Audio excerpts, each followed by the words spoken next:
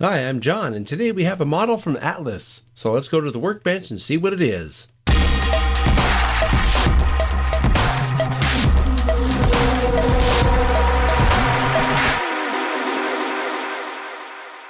Alright, so here's what we're looking at today. This is a 3-rail, 68-foot flat car. This model is from Atlas. It's actually the 3-rail version. There are a whole bunch of 3-rail and 2-rail versions of this car on the Atlas website, ranging in price from $53.95 to as high as $62.95, depending on the wheels and which one you're looking at. It has a minimum diameter curve rating of 54 inches. The 2-rail version has a minimum radius curve rating for 36 inches. And like I said, with the bulkhead flat car we looked at recently, Atlas has so many different varieties of this, you're going to have to just go to their website and find out if they have what you're looking for. I took a look at the paint and markings on this model, and everything about both is exceptionally well done. The way this model comes out of the box, it doesn't really have a designated brake end. So what they did was they included a bag that has the brake wheel detail. So you're left to add that yourself. And I'm sure they did that to protect the model during shipping.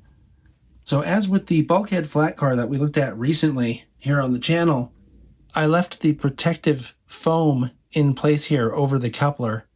That's something you would want to take off when you go to put this down on your layout. Also, like the bulkhead flat car we looked at recently, this has an articulating coupler to make sure that it can negotiate those tight curves that are common on 3-rail O-scale layouts. If you look at the top of this model, you can see it has simulated wood decking, stake pockets, and simulated tie-down detail. The bottom of the model has some separately applied brake detail. It's kind of limited, but this is a Trainman model, so that's to be expected.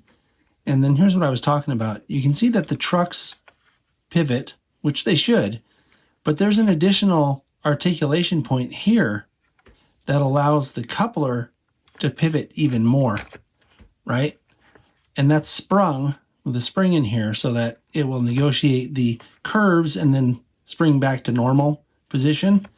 And then this little cellophane down here is another protective piece of packaging to protect the model from scraping in shipment. I think Atlas has done a pretty good job with this model, and I'm really excited by the fact that it has those extra articulations in the couplers. That's a pretty cool idea, and it's not a new idea. They've been doing that since forever with O-scale or O-gauge models. And the other thing that's really cool about this is it's a flat car, so that means that the modeler, whoever gets it, is going to have a great chance to customize it and build a special load. So good job, Atlas. I'll see you all next time.